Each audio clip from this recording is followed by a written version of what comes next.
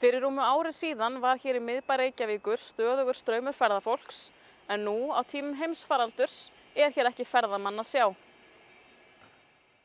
Miklar ferðatakmarkanir hafa verið í gildi á síðasta ári og er staðan nú þannig að ferðamenn á leið til Íslands þurfa að hafa neikvætt COVID-19 próf meðferðis og gangast svo undir skimun tvisvar sinnum til viðbótar.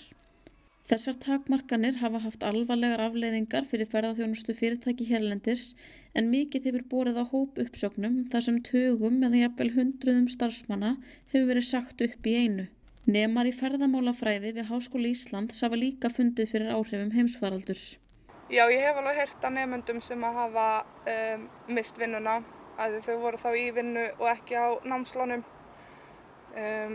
En það voru mjög fáir samt í því, það voru flestir bara í fulla námi.